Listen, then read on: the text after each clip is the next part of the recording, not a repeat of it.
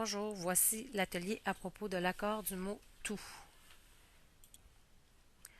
Le mot tout peut s'écrire de 5 façons différentes. Vous les avez ici, le T-O-U-T, T-O-U-T-E, T-O-U-S, T-O-U-T-E-S et T-O-U-T-S.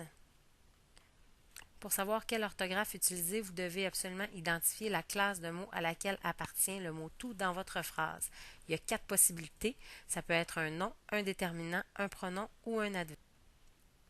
Pour ce qui est du nom, pour être certain qu'il s'agit bien de cette classe de mots-là, on peut vérifier sa définition. Ça doit désigner un ensemble complet.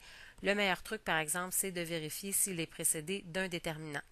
Par exemple, dans la phrase suivante, mon premier précède la lettre Q, mon deuxième est le contraire de taux et mon tout fait du bruit. Il s'accorde en nombre seulement, donc il n'est pas possible de le mettre au féminin et c'est le seul moment où on peut utiliser l'orthographe T-O-U-T-S. Le tout déterminant, lui, est toujours suivi d'un nom. Parfois, il va y avoir un autre déterminant aussi, comme dans la phrase « tous les élèves ».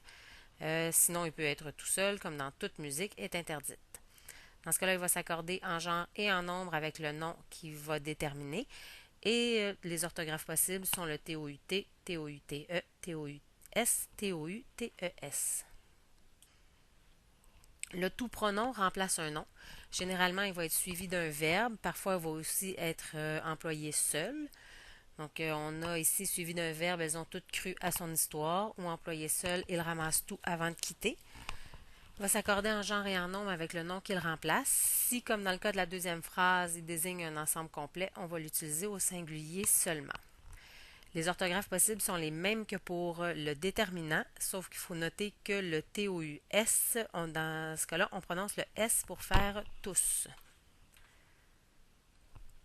Et finalement, l'adverbe, le cas le plus compliqué.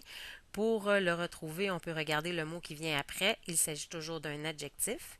Comme tout adverbe, il est invariable, sauf dans deux cas spécifiques. Premièrement, quand l'adjectif qui suit est féminin et qui commence par une consonne, ou quand l'adjectif qui suit est féminin et qui commence par un H aspiré. On a les deux exemples ici. Donc, avec le H aspiré, les filles étaient toutes heureuses. Heureuse commence par un H aspiré.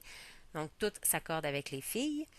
Et la fille était toute confuse. Confuse commence par une consonne, donc on accorde le tout avec la fille. Merci.